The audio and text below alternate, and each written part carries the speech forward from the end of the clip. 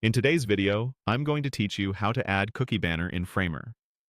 By the end, you'll have a clean, compliant Cookie Banner that's easy to manage and ready to publish. Start by opening your Framer project and loading the page where you want the banner.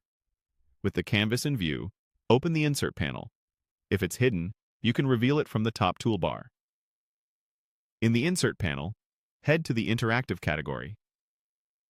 From here, choose the Cookie Banner option and add it to your canvas. You'll see it appear as a component you can select and configure. With the banner selected, look to the right-hand Properties panel. Under Position, check how it's placed.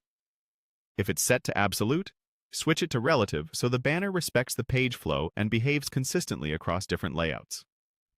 That change helps avoid overlap issues and makes responsiveness easier to manage. Next, open the size controls to confirm the banner fits the width you expect and scales well on mobile. You can keep height automatic so the content wraps neatly without clipping. Move down to Effects for subtle presentation tweaks. A light shadow or gentle elevation can help the banner stand out without feeling intrusive. Then open Overlays to ensure the banner's stacking and backdrop behavior looks right when it appears over your content.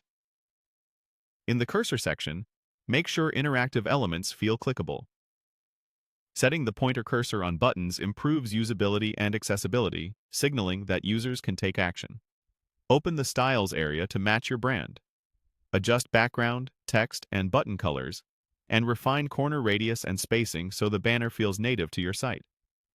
If you see a toggle that controls whether the banner is active or visible by default, turn it on so it shows when the page loads. Now configure behavior.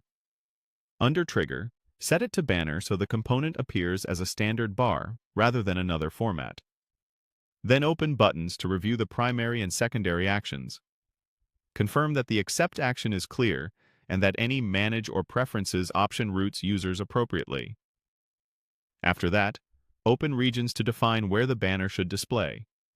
Choose the audience or locales you want the banner to target, which is especially helpful if you only need consent prompts in certain areas. When everything looks good in preview, publish your project. Framer will build and deploy your changes so the Cookie Banner is live. As a final tip, double-check the banner in an incognito window and on mobile to confirm styles, positioning, and behavior.